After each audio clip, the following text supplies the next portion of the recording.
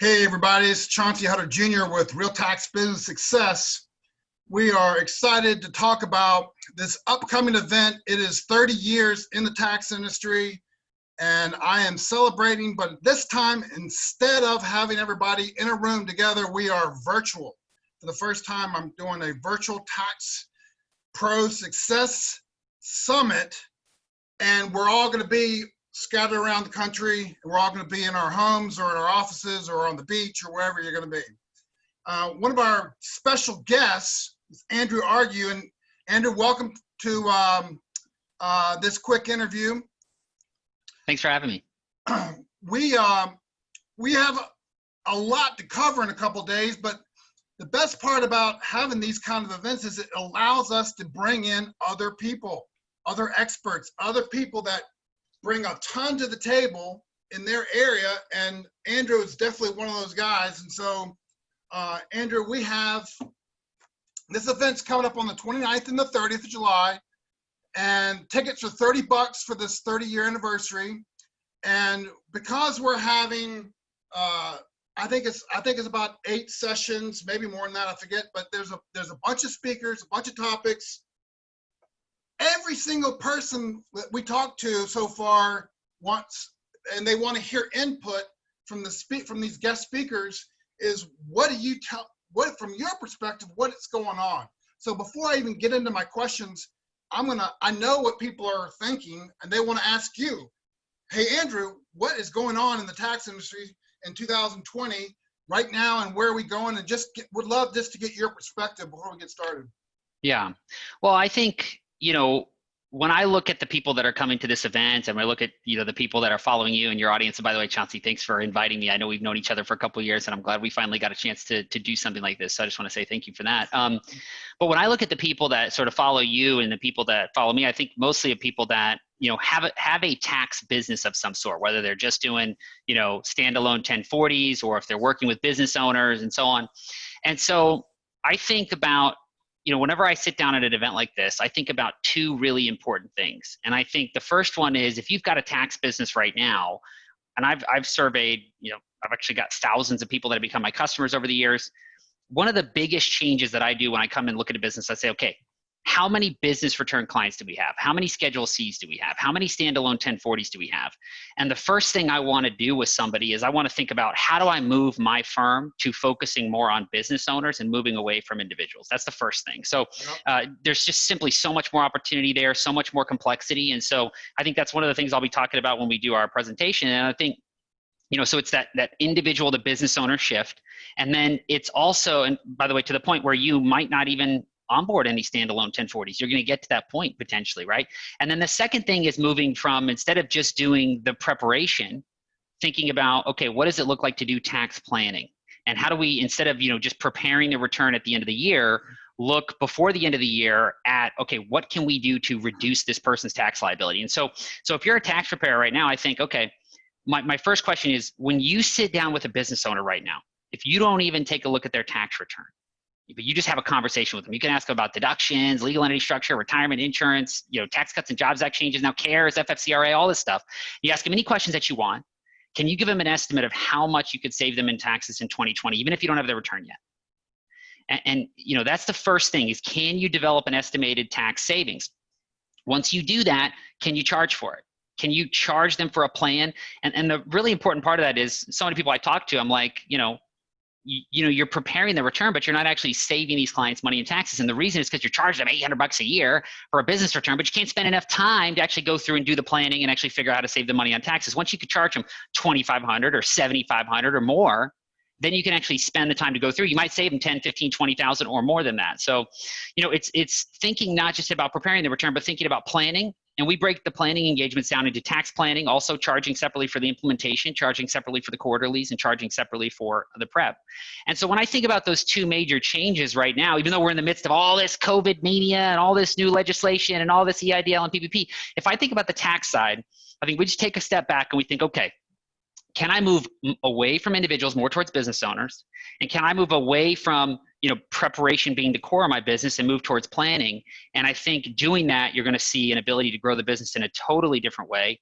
and you're going to see an entire difference in profitability. And the last thing I'll say, Chauncey, I want to make sure we get into your questions is, the people that come in and that I've worked with, I typically track their cash sales on a monthly basis. So they gave me their QuickBooks file, and I track, okay, how much cash did you collect in January, February, March, April, May, all the way through the year? Because for me and what I do, I want to see if someone's cash sales is growing, then they're probably going to be pretty happy, right? Now I want to maintain profitability too, but on average, the people that have worked with me average 95% year-over-year growth in their cash sales. So on a monthly basis, what they're collecting on average for monthly cash sales. And it's largely because of those two things. It's largely because they move away from individuals, they move to business owners, and then they also move from preparation to planning. And so I think if you take a step back, those are the two big things I think about if I'm a tax preparer today. So that's a big mental shift for the accountant, tax pro sitting behind the desk. How do you get them to go from what you just said is total legit, like that's right on. But to get them from, I've been doing this certain way for 20 years, and then now you're going to tell me to flip this switch and charge a lot more money to a lot more targeted group of people. How do you get them to make that go from here to here? Yeah, well, I think the first thing that most people have to go through is, the best word I can say is guilt. I think that's where the best word, because the problem is who's guilty? They're guilty? The accountant, yeah, the tax professional, right? And the reason, because when you look at that tax professional, if I were to sit down in their business right now, let's say they've got 50 business returns, let's say they've got 75 Schedule Cs, they've got a bunch of standalone 1040s, and I were to go through those clients and I were to make a spreadsheet of how many years have these people been working with you. We'd put them down, 2 years, 5 years, 15 years, and so on. And then we would go through each client and we would say, how much do we estimate we could save this person in taxes in 2020? Okay, so we put down that estimated amount. Now, some of these people have grown their income massively, but a lot of times it's the same. And then we go through and we look at, from 2020 back, how many years they worked with us, how much have they lost in taxes this year and for the last 7 years that they've been working, the last 10 years, the last 15 years. And I got to tell you, the day that we do that little analysis, people don't feel too good about themselves. And they do start to feel a little bit guilty, because here's the problem is most of these business owners, when they work with a tax preparer, and by the way, the tax preparers, it's not that they are trying to, I'm just trying to take advantage of these business owners. It's not that. It's that they just don't know how to charge for the planning. They don't know how to do it. So, but these business owners, they think you're doing planning. That's the big secret, is most business owners, when they work with a tax professional, they get their tax return prepared, they go to their friends like, my tax guy's the best. Like, he's cheap too, right? They, yeah, he's great, right? They tell their friends about you. Meanwhile, if we were to go through and actually do an analysis, we would realize this person's been overpaying in taxes for years. So the problem is the business owner perceives that you're doing something that you're not, and you secretly know deep down that you're not doing it. But the conundrum is that unless you can charge more, you're never going to be able to spend the time to actually get them that outcome. But once you do get them that outcome, let's say you save them $15,000 a year, you charge them $5,000, they're actually ending up net after your services an extra $10,000 this year, and then next year they go on, they save the $15,000, and they do that every year going forward. So you've got to break the cycle. And I think the biggest motivator, really, from what I've seen with people, it's not about tactics. It's an emotional guilt. It's a deep guilt or shame or embarrassment. Embarrassment, and it's realizing that the career that you have and what you built your whole business around is maybe not what people think it is. And it's not because you have any bad intentions. It really comes down to just a lack of skill. If you've never done it, you don't have the skill to do tax planning, you don't have the skill to charge for tax planning, you need to learn that skill, then you can become who everybody thinks you already are. That's good. I like that. So let's talk about in-person versus virtual, like when you're actually working with a client. Because I've worked with clients before, and they're like, oh no, my clients they'll never get on Zoom with me. They only want to meet with me face to face. They only this. I'm like, baloney.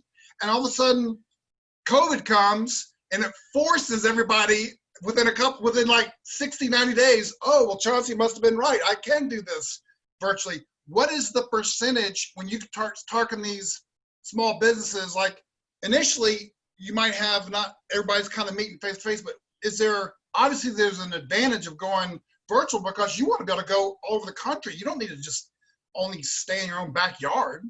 Right. Well, I think, the answer to this would be pretty different 6 months ago than it would be today, right? Because obviously things have changed pretty substantially, but you really can't I don't think you can, I know some people think different things about this whole virus thing, but I'll just say this, right? I had a client, right, who couple weeks ago, everybody goes back to the office. We got 11 people going into the office, right? 2 clients come in, 100% of the team members at the office catch COVID, right? So when you think about this new environment that we're in, it's a really weird world where it's like, what is even going on? But it does present sort of a different kind of thing now where it's like, do we really need to have these clients in person?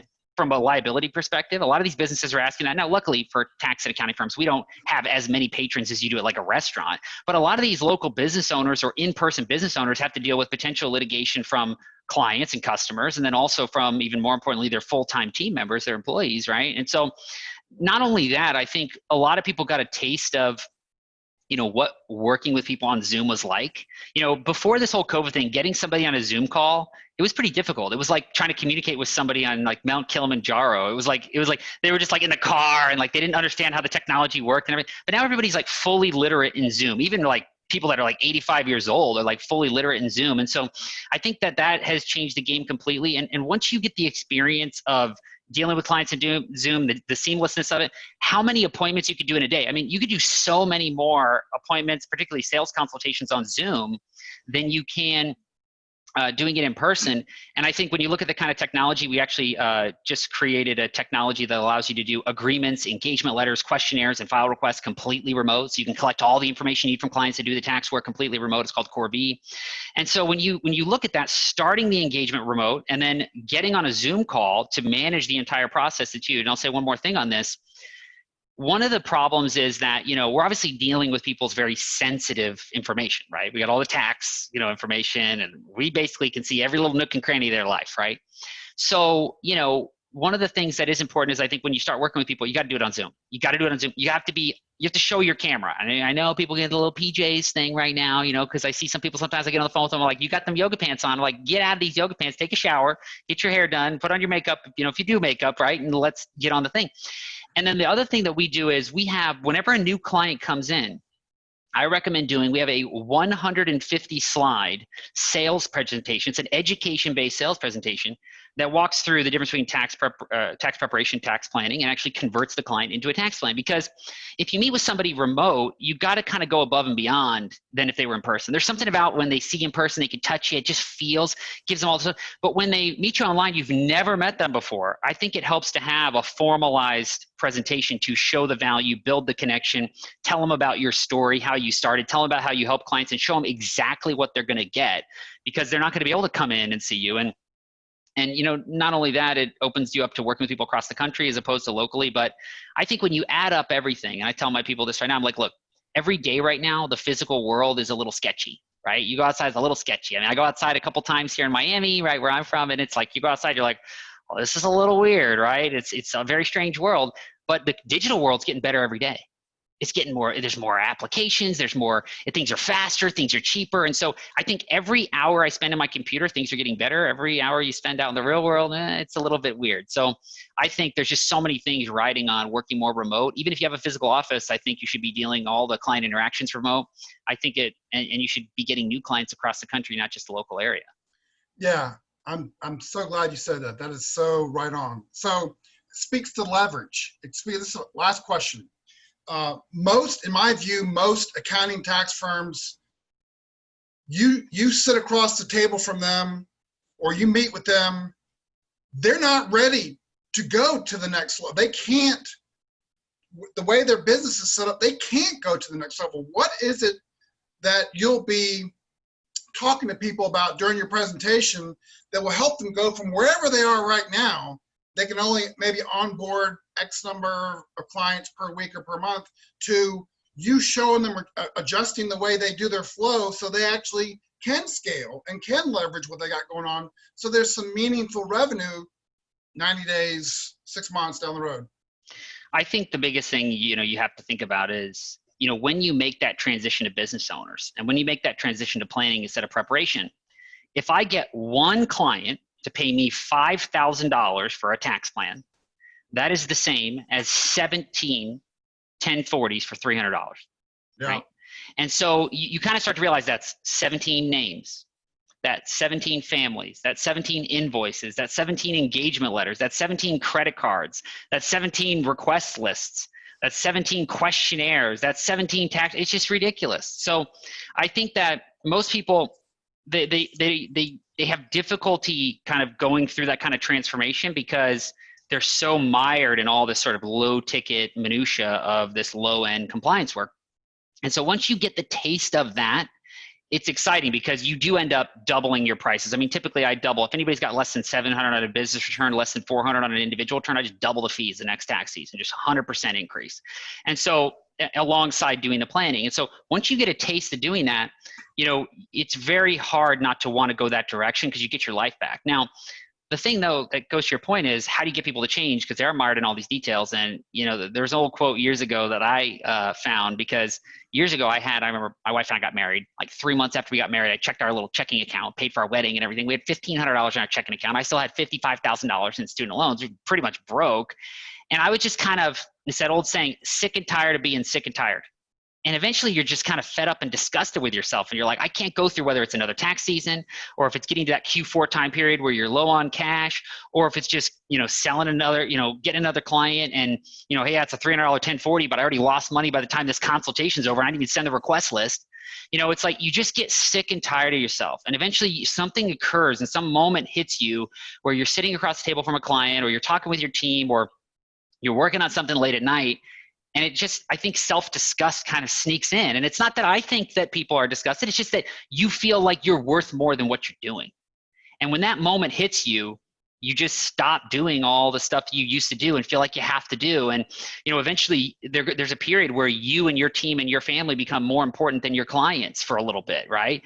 And then I think you realize that, well, how do you charge somebody $5,000 for a tax plan, make this transformation? And the biggest secret is it's got to be good for the client. And so I think the last cherry on top after all the, you know, self-disgust and moving on is that really when you're doing the compliance, not only are you not helping the client as much as you could, you're actually holding them back from getting what they deserve because they think you're doing planning for them, but you're not. But they're actually overpaying in taxes every single year. And so you owe it to the client. You owe it to the client. So I think, you know, the thing that finally thrust people into action after kind of being annoyed and getting self-disgust is that sort of sense of service, like, okay, I have to do this for the business owners, otherwise they lose. They lose. Because most people that are in the tax and accounting industry, they're not really motivated by making money. They're more motivated by providing value to the client. And so once you realize that preparation is not providing value to the client, it's holding the client back if there's an opportunity there, you start to get addicted to actually helping the clients plan, actually helping them on a forward-looking basis, actually helping them make money. And the tax plan, to be honest, is just the first piece. After that, you might become their CFO. You might do wealth management with them. We help people become financial advisors and offer investments and insurance as well to look at their entire financial picture. And so I think it ends up being something where you make the shift from compliance into advisory, into being an advisor that actually helps your clients make money, grow their business actually. Not like, oh, I do, and because I reconcile and then we talk, but no, I can measure the amount of money I've made my client. And I think once you get that taste, it's the final fuel to just make the shift and just become a totally different provider.